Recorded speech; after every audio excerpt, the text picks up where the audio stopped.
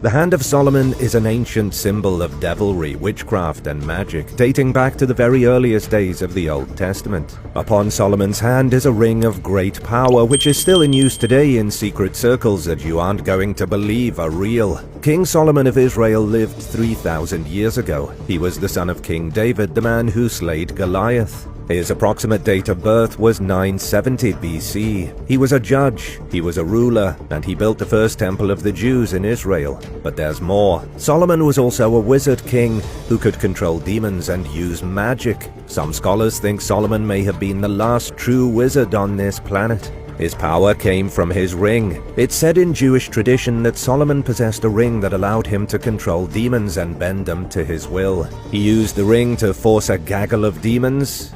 Is it gaggle?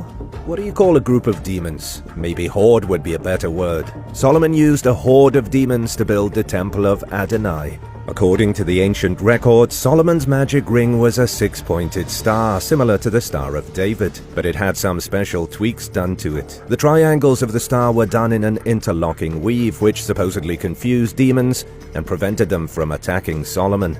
The Ring of Solomon is such a famous artifact that it appears throughout the traditions of the old world. It crops up in Islamic folktales and Western occultism. One of the richest sources of information on King Solomon's use of symbols is the Testament of Solomon. This isn't a testament like the Old Testament. It's considered a pseudepigraphic treatise, meaning although it's religious in nature, it isn't accepted as the word of God. And why would it be? The text was allegedly written by Solomon himself.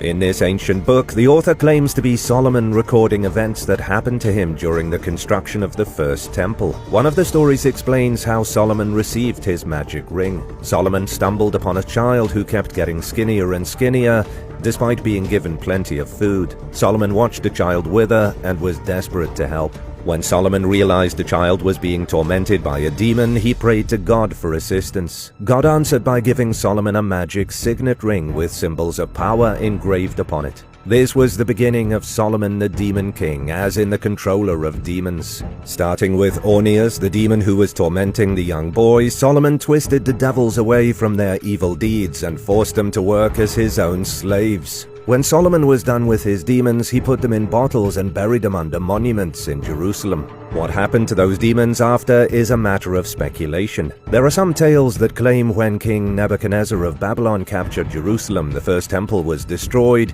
and the demons were released. To this day, they continue to plague the living, whispering evil in our ears and tempting us with wickedness. Have you ever encountered one of these nefarious entities? As for the Hand of Solomon in our modern world, it is still used for its symbols of power. The ancient sigils on the Ring of Solomon are a staple of modern occultism, used in every kind of dark ritual you can imagine. Some still believe that with the right magic, the right words, and the right symbols, you can control demons. Sophia and the Gnostic mysteries of the false god. It doesn't get more esoteric than ancient Gnosticism. This mystical religious movement flourished in the earliest days of Christianity, but is now long gone. Human beings are a cosmic mistake. That is the main doctrine of the Gnostic myth. Rather than their central figure being Jesus Christ, the foundation of their creation myth is a figure named Sophia. Seems innocent enough, right? Sophia's actions set the stage for the spiritual struggle that humanity still suffers. But before Sophia, you need to know about Monad. In Gnosticism, Monad was the omnipotent divine entity, the all-powerful god of everything. They literally called him the invisible one who is above everything and who exists as incorruption. Now that's something I wouldn't mind on my tombstone. From this supreme being, lesser divine beings were born. It's sort of like the idea of God producing angels. Monad produced entities called eons. Each one was an embodiment of a certain aspect of the all-powerful God, representing things like love, truth, and harmony. One of the eons was named Sophia, which in Greek translates to wisdom. Sophia was the embodiment of Monad's wisdom. But with wisdom comes curiosity, and this was what ultimately doomed us. In the Gnostic text, the Apocryphon of John, Sophia tries to produce her own creation.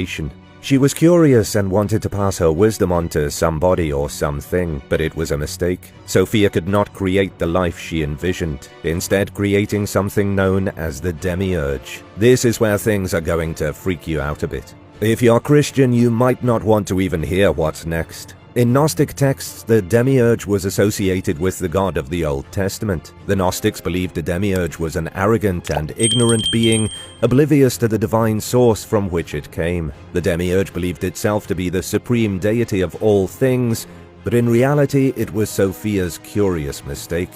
This error, believing itself to be the one and only God, created the material world you and I live in right now. And this brings us to the beginning of Genesis, the Old Testament. The God of the Israelites, the God of the Bible, made a material world so that it could create its own lesser beings in its own image, starting with Adam. But the world it created was flawed, corrupted, and evil. God couldn't even get his first creation right, with Adam getting kicked out of paradise. Things were off to a bad start right away.